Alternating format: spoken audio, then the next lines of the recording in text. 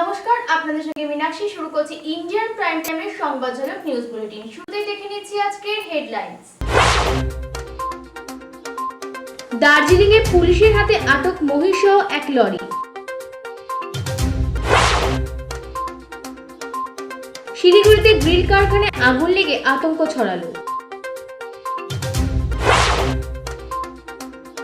কালিয়াগঞ্জে অবৈধভাবে কৃষিজমি থেকে চলছে দেদার মাটি খনন। দার্জিলিং এর ডাক পার্সেলের গাড়ি থেকে উদ্ধার 46টি মহিষ, পাশাপাশি পুলিশের হাতে আটক ওই গাড়ির চালক। পুলিশের চোখে ধুলো দিতে ডাক পার্সেলের লরিতে মহিষ পাচার করতে গিয়ে নকশালবাড়ির পানিঘাটা মোড়ে নকশালবাড়ি থানার পুলিশ ওই লরি আটক করে তাতে থাকা মহিষ বাজেয়াপ্ত করল। এই ঘটনায় লরি চালক মোহাম্মদ ফরিদ গ্রেফতার হয়েছে। মোহাম্মদ উত্তরপ্রদেশের বাসিন্দা বলে জানা গিয়েছে। পুলিশ সূত্রে খবর, নাকা তল্লাশিতে লরি আটক করে 27টি মহিষ ও 19টি মহিষাবক মিলিয়ে মোট 46টি বাজেয়াপ্ত করা হয়েছে। আপাতত পুলিশ ধৃত ফরিদকে শিলিগুড়ি মহকুমা আদালতে তুলে রিমান্ডে নিয়েছে। কিন্তু ডাক পার্সেলের লরিতে মহিষ পাচার করা হচ্ছে কিভাবে তা ভালোভাবে তদন্ত করে দেখা হচ্ছে। Indian prime time, Darjeeling.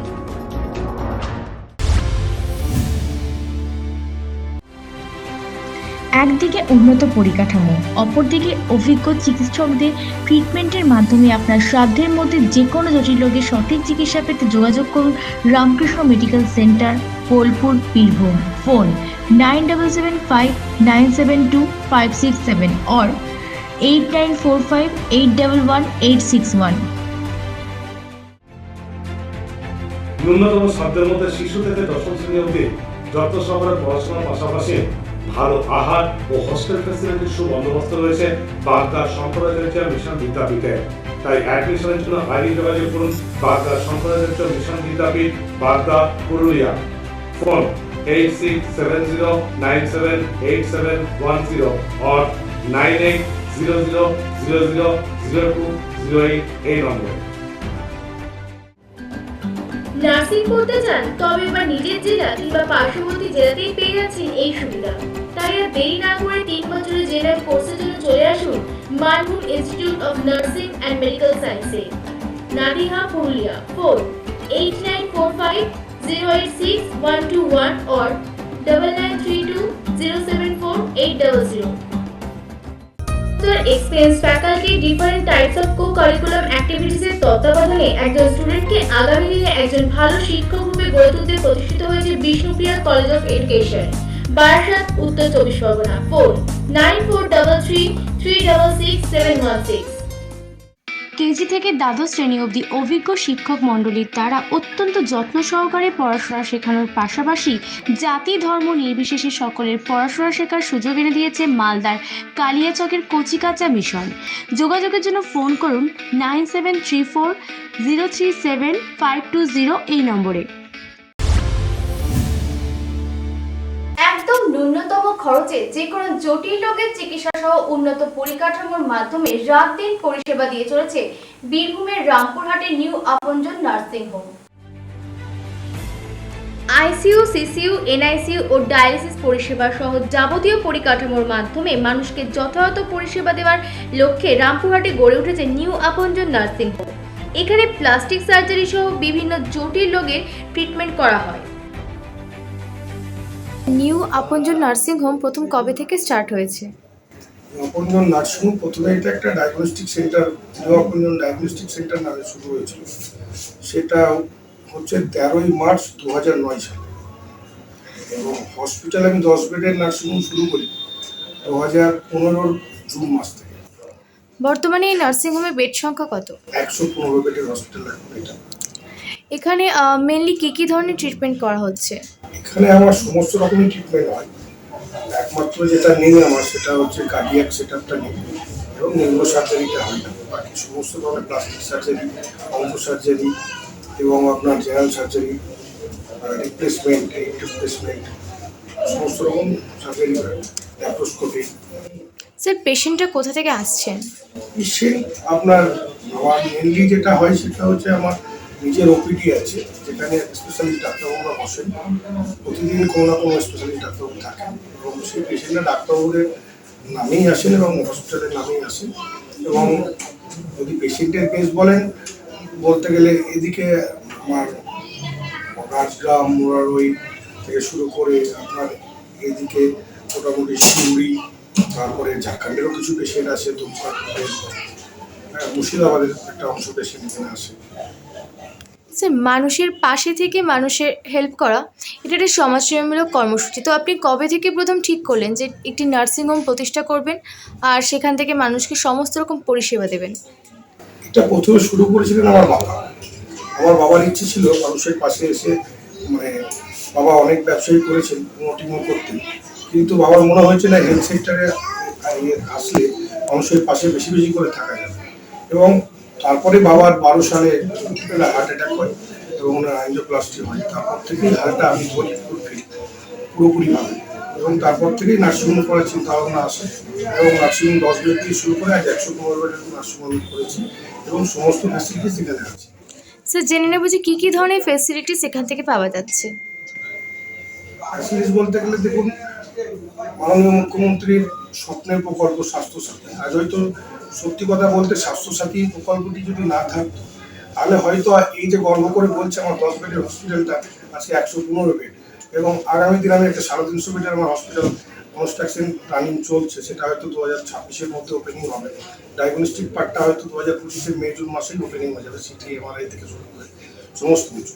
তো এই স্বাস্থ্যসাথী প্রকল্পের যে গ্রেডেশন সিস্টেমটা, এটা কিন্তু মানুষ এই পরিষেবাটা পেয়েছে। গ্রেডেশন সিস্টেমটা থাকার জন্য আজকে সি থেকে বি উত্তীর্ণ হওয়ার জন্য আমাদের যে যে পরিষেবা লাগবে তার জন্য কিছু বেড সংখ্যা বাড়াতে হয়েছে, আইসিইউ করতে হয়েছে, আই ডে কেয়ার করতে হয়েছে, বিভিন্ন ডেন্টাল ইউনিট করতে হয়েছে, এবং বি থেকে এর জন্য উত্তীর্ণ হতে গেলে কিছু পরিষেবা বাড়াতে হবে। সেই সব বার্ন ইউনিট করতে হয়েছে, পিকু করতে হয়েছে, নিকু করতে হয়েছে, ক্রিটিক্যাল কেয়ার ইউনিট করতে হয়েছে, ডায়ালিসিস ইউনিট করতে হয়েছে, ল্যাব স্মল থেকে আপনার মিডিয়াম করতে হয়েছে, এইসব মডিউলার ওটি করতে হয়েছে, শিয়াম মেশিন আনতে হয়েছে, অত্যাধুনিক যন্ত্রপাতি আনতে হয়েছে, যেগুলো ভেসেল সিরার থেকে শুরু করে এভরিথিং এগুলো আনতে হয়েছে। তাই এই প্রকল্পটা ছিল বলেই কিন্তু আমরা করতে পেরেছি। গ্রেডেশনের লোভে করেছি, এবং একটা গেট থেকে আর একটা গেটে গেলে প্রায় 20% প্যাকেজের তফাৎ আছে। তাহলে same operation same set up, আমি যদি গ্রেডেশন, যদি এই পরিকাঠামোগতভাবে নিজের হসপিটালটাকে ডেভেলপ করে যদি 20% এক্সট্রা টাকা পাই, কেন করবো? এরকম আমার মতো পশ্চিমবাংলায় অনেক হসপিটালে এই গ্রেডেশনটা করেছি। আমার এখানে স্কোপ নেই ক্যাথল্যাব বসানো, তাই আমি ভেবেছি যে আমাকে এখান থেকে ক্যাথল্যাব বসাতে হবে রামপুরহাটের মানুষের জন্য, রামপুরহাটের সারাউন্ডিং মানুষের জন্য কিছু করতে হবে এই সেক্টরে। তো তার জন্য আমি কিন্তু আমার আপকামিং প্রজেক্টটা শুরু করেছি, 2 বছর ধরে কাজ চলছে। আমার আশা করছি ক্যাথল্যাবের পরিষেবা 26-এর মধ্যে রামপুরহাট সাব ডিভিশন তথা আশেপাশের জেলাগুলো এই পরিষেবাটা পাবে। স্যার, এখানে এসে তো দেখলাম আমরা প্রায় সমস্ত রকম ফেসিলিটিসই আপনারা দিচ্ছেন। তো আপনার কাছ থেকে জেনে নেব যে বীরভূমে আরও অনেক নার্সিংহোম রয়েছে, সেখান থেকে আমাদের নিউ আপনজন নার্সিংহোমের মেইন ডিফারেন্স কী? দেখুন, ডিফারেন্স কিছু আছে নিশ্চয়ই, না হলে পেশেন্ট এত ভিড় করবে কেন। প্রথমত আমার ব্যানারে যে ডাক্তারগুলো আছে সেই ডাক্তারগুলো অত্যন্ত সৎ এবং নিষ্ঠার সঙ্গে তাদের কাজটি করে, এবং সেই তাদের এই সৎ নিষ্ঠার কাজ করার জন্য একটা রুগী সুস্থ হয়ে গেলে পরের যে রুগীটা আসে সে কিন্তু রুগী রেফারেন্সে আসে। এবং আমার হসপিটালের যে স্টাফরা আছে তাদের বিহেভিয়ার এবং তারা যে পরিষেবাটি দেয় সেই পরিষেবাটা দেওয়ার জন্য তারাও সন্তুষ্ট হয়ে বাড়ি ফেরে। তাই হয়তো ওখানে গেলে সুবিধাটা পাবো, কোনো কার্ডে নাম ঢোকানো নেই, কারো হয়তো হট লিস্টেড হয়ে আছে, কারো কিছু। আমার লোকরা কোথায় গেলে কীভাবে সহযোগিতা হবে, ডিএম অফিসে গেলে হবে না এসডি অফিসে গেলে হবে, এটা কোনো পয়সার বিনিময় নেই, বিনা পয়সায় এই সৎ উপদেশটা দেয়। এটা কিন্তু আমার পুরো বলা আছে, এবং তাতে যদি কোনো সমস্যা হয় আমি সেটা নিজেও গাইড করি। মেডিক্লেমের ব্যবস্থা আছে। হ্যাঁ, আমরা জানলাম, আমরা দেখতেই পেলাম যে স্বাস্থ্যসাথী তো রয়েছে, এর পাশাপাশি বিভিন্ন রকম ক্যাশলেস পরিষেবা রয়েছে। সমস্ত রকম ক্যাশলেস পরিষেবা আছে, যত রকম ক্যাশলেস ভারতবর্ষে পাওয়া যায় সমস্ত রকম ক্যাশলেস আমার হসপিটালে পাওয়া যায়। West Bengal health scheme class 1 service provider আমি, এবং হচ্ছে পুলিশ থেকে শুরু করে everything, national insurance, oriental insurance, সমস্ত। স্যার, পেশেন্টদের থেকে কতটা সাড়া পাচ্ছেন বলে আপনার ধারণা? ন্যূনতম সাধ্যের মধ্যে মানুষকে পরিষেবা দেওয়াই আপনাদের অন্যতম লক্ষ্য। আমরা কর্পোরেট পরিষেবা দেবো, কিন্তু সেমি কর্পোরেটিভ পরিষেবা। মানে এটা যেমন রামপুরহাট সিটি হসপিটাল আসছে, এরপরে কি বিভিন্ন জেলার সিটি হসপিটাল নিয়ে চিন্তা করছে? নিশ্চয়ই Malda city hospital, Malda city hospital হতে পারে, Siliguri city Siliguri city hospital হতে পারে, পারে, Durgapur city Durgapur city hospital হতে পারে, বা ব্যারাকপুর সিটি হসপিটাল হতে পারে, বারুইপুর সিটি মানে সিটি হসপিটালটাকেই সিটি, হ্যাঁ সিটি, প্রত্যেক সিটিতে আমাদের সেই সিটির নাম দিয়ে একটা সিটি হসপিটাল হতে পারে, সেই ইচ্ছে আমাদের আছে। স্যার, আপনি তো এই নিউ আপনজন নার্সিংহোমে একজন ডক্টর, তো আপনি এই নার্সিংহোমের সাথে কত বছর যুক্ত আছেন? আমি এখানে এসেছি সেপ্টেম্বর মাসের 2018 সালে সেপ্টেম্বর মাস। হ্যাঁ, আর আজকে 2025, এই এত বছর ধরে আমি এখানেই আছি। তো কি কি চেঞ্জেস আপনি লক্ষ্য করতে পারছেন? আগে একটা গ্রেড বি নার্সিং হোম ছিল, এখন এটা গ্রেড এ নার্সিং হোম। আগে 5টা আইসিইউ বেড ছিল, এখন সেটা বেড়ে 11টা বেড হয়েছে এবং তার সঙ্গে পিকু ডিকু এগুলো যোগ হয়েছে। তো ন্যাচারালি পেশেন্টের কেয়ারটা অনেক বেশি ইমপ্রুভমেন্ট হয়েছে এই 5 বছরে 6 বছরে যতদিন আমি আছি। এবং আগে যে অপারেশনগুলো ধরুন আগে স্বাস্থ্যসাথী কার্ডে চিরকালই এটা মানে স্বাস্থ্যসাথী কার্ড অনুমোদিত হাসপাতাল ছিল, কিন্তু এখন বাকি যে ইন্স্যুরেন্সের যে কার্ডগুলো সেগুলো মানে আরো যুক্ত হয়েছে। যেমন অনেক আগে যেগুলো ক্যাশলেস ফ্যাসিলিটি ছিল না আগে, সেগুলো এখন হয়েছে। ডায়ালিসিস হয়েছে, ডায়ালিসিসের ফ্যাসিলিটি এসছে, এসব কোনো চেঞ্জেস হয়েছে।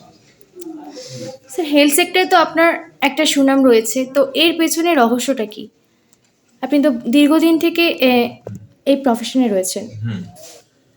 আমি যখন এখানে আসি 2018 সালে, তখন হসপিটাল বলুন কিংবা নার্সিং হোম বলুন, যাই হোক, এখানে খুব মানে প্রিমিটিভ ধরনের সার্জারি হতো। মানে আগেকার দিনে যে সার্জারিগুলো হতো সেরকম মানে সেই সব তখন ওপেন গলব্লাডার লোকে করতে ভালোবাসতো। তখন ল্যাপারোস্কোপিক বা কোলেসিস্টেক্টমি এত আসেনি। তখন ব্রেস্ট যে ক্যান্সারের যে অপারেশনগুলো সব কলকাতা পাঠিয়ে দিত। হ্যাঁ, থাইরয়েড গুলো সব কলকাতা পাঠানো হতো, এখানে হতো না কোনোটাই।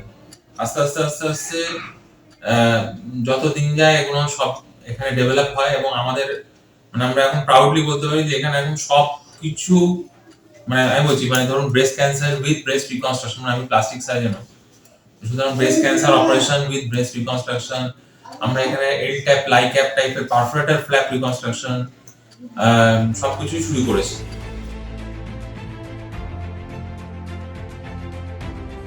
এখানকার অভিজ্ঞ স্বনামধন্য চিকিৎসকদের তত্ত্বাবধানে থেকে পেশেন্টরা সহজেই সুস্থ হয়ে ওঠেন। এছাড়াও 24 ঘন্টা এই প্রতিষ্ঠানে এমার্জেন্সি ডিপার্টমেন্ট তৎপর থাকে। পাশাপাশি স্বাস্থ্যসাথী কার্ডের মাধ্যমে চিকিৎসার সুযোগও রয়েছে। Chayan Roy report, Indian prime time, Birbhum. শিলিগুড়ির ফুলবাড়িতে গ্রিল কারখানায় বিধ্বংসী আগুন লেগে এলাকাবাসীরা আতঙ্কিত হয়ে পড়েন, তবে কোনো হতাহতের ঘটনা ঘটেনি। ফুলবাড়ির পশ্চিম ধানতলা গ্রামে একটি গ্রিল তৈরির কারখানায় অগ্নিকাণ্ডের ঘটনায় কোনো রকম প্রাণহানি বা আঘাতের ঘটনা না থাকলেও এলাকায় ব্যাপক চাঞ্চল্য ছড়িয়ে পড়ে। কারণ যে এলাকায় এই কারখানাটি রয়েছে সেখানে প্রচুর ঘর বাড়ি থাকায় মানুষজন বাড়ি থেকে বেরিয়ে এসে কারখানার সামনে ভিড় করতে থাকেন। আর দমকল বিভাগে খবর দেওয়া হলে দমকল কর্মীরা অগ্নিকাণ্ডের খবর পেয়ে শিলিগুড়ি ফুলবাড়ি থেকে একটি দমকলের ইঞ্জিন নিয়ে আসে ও নিউ জলপাইগুড়ি থানার পুলিশ এসে হাজির হয়। দমকল আসার কিছুক্ষণের মধ্যেই আগুন সম্পূর্ণ নিয়ন্ত্রণে চলে আসে আর বাসিন্দারাও চিন্তামুক্ত হন। Indian prime time, Siliguri. HDU, NICU সহ আধুনিক পরিকাঠামোর মধ্যে orthopaedic, ENT surgery, gynae surgery, plastic surgery, spine surgery সহ জেনারেল সার্জারির সেরা ঠিকানা হুগলির সিঙ্গুরের অ্যাঞ্জেল হসপিটাল। নিজেদের যে কোনো পরিষেবা পেতে যোগাযোগ করুন এই নাম্বারে 7044316600 or 03348128984। স্বাস্থ্যসাথী সহ অন্যান্য ক্যাশলেস পরিষেবার মাধ্যমে যাবতীয় জটিল রোগের ট্রিটমেন্টের পাশাপাশি লেজার মেশিনের সাহায্যে কিডনি স্টোন ও ইউরেটারি স্টোন অপারেশন সহ অন্যান্য সার্জিক্যাল ট্রিটমেন্ট করা হয় মাদার মাল্টি স্পেশালিটি হসপিটালে। মাদার মাল্টি স্পেশালিটি হসপিটাল, গৌড়া, পশ্চিম মেদিনীপুর। 24 ঘন্টা পরিষেবা পেতে আজই কল করুন 7407445545 এই নম্বরে। আপনি কি চাকরি করবেন নাকি নিজের ব্যবসা করবেন? এবারে দুই সম্ভব হচ্ছে ফার্মেসি কোর্সের মাধ্যমে। তাই 2 বছরের এই কোর্স করে আপনি নিজের ভবিষ্যৎকে উজ্জ্বল করে তুলতে আজই চলে আসুন দক্ষিণ দিনাজপুরের দোমোহনার নর্থ বেঙ্গল এরিড ফার্মেসি কলেজে। নর্থ বেঙ্গল এরিড pharmacy college Domohana, Karandighi. Phone 9775481898 or 9830033158 নম্বরে। আপনার সন্তানকে স্কুলে ভর্তি করবেন, কোথায় করবেন ভাবছেন? এবার চিন্তা ছাড়ুন আর চলে আসুন কোলাঘাটের শ্রী রামকৃষ্ণ বিবেকানন্দ শিক্ষা সদনে, যেখান থেকে আপনার সন্তান এক আশ্রমিক পরিবেশের মধ্যে থেকে পড়াশোনার পাশাপাশি সমস্ত রকম কো কারিকুলাম অ্যাক্টিভিটিসের সঙ্গে নিজেকে যুক্ত করতে পারবে। তাই আর দেরি না করে আজই যোগাযোগ করুন 9143394685 or 9732641640 এই নাম্বারে। কালিয়াগঞ্জে বেআইনি পন্থায় কৃষি জমি থেকে মাটি কেটে ইটভাটায় পাঠানোর অভিযোগ উঠল। সরকারি নিয়ম ভেঙে কৃষি জমি থেকে প্রায় 7-8 ফুট গর্ত করে মাটি কাটার অভিযোগ উঠেছে কালিয়াগঞ্জের পূর্ব ভান্ডার এলাকায়। ইটভাটার জন্য মাটি কাটার সরকারি অনুমতি অর্থাৎ চালান দেখিয়ে এমনই অনিয়ম চলছে। আর এভাবে মাটি কাটার ফলে কৃষি জমির চরিত্র বদলে ডোবা জলায় পরিণত হচ্ছে। এদিন আবার কৃষি জমি থেকে জোর কদমে মাটি কাটার কাজ চলছে। বেশ কিছুদিন ধরে মাটি কাটার ফলে ডোবায় পরিণত জমির মধ্যে জেসিবি মেশিন নামিয়ে প্রায় 8টি ট্রাক্টরে মাটি তুলে পাশেরই একটি ইটভাটায় পাঠানো হচ্ছে। মাটি নিয়ে আসছি কার? রাজভাটার। রাজভাটার। কয়দিন ধরে এখান থেকে মাটি নিয়ে যাচ্ছ? আমার হলো 2 দিন। কাদের মাটি যাচ্ছে এখান থেকে? কার মাটি? এটা মালিকের মাটি। কোন ভাটা? রাজভাটা। রাজভাটা। কত গাড়ি গেছে মাল এখন পর্যন্ত? কত হবে? 24টি করে দিলে। আচ্ছা, 3-4 সপ্তাহ থেকে কাটতেছি। 3-4 সপ্তাহ ধরে কাটছেন। 24টি রোলটি যেটুকু পাচ্ছে ওইটুকু হিসেবে কাটতেছি। প্রতিদিন 24 ফিট করে। হ্যাঁ। মাটি কাটার বৈধ অনুমতি আছে দাবি করে একজন ট্রাক্টর চালক ব্লক ভূমি সংস্কার দপ্তরে প্রদেয় একটি চালানের ফটোকপি দেখায়। এই চালান অনুসারে 18 ফেব্রুয়ারি থেকে 21 ফেব্রুয়ারি অবধি 4 দিন মোট 24টি ট্রলি মাটি তোলার অনুমতি প্রদান করা হয়েছে। অথচ সেখানে কম বেশি 2 বিঘা জমি থেকে অন্তত 500 ট্রলি মাটি কেটে তোলা হয়েছে। ইন্ডিয়ান প্রাইম টাইম, উত্তর দিনাজপুর। আজকের মতো সংবাদজনক নিউজ বুলেটিন এই পর্যন্ত। আবারও আপনাদের সামনে জেলার আরো খবর নিয়ে ফিরে আসবো।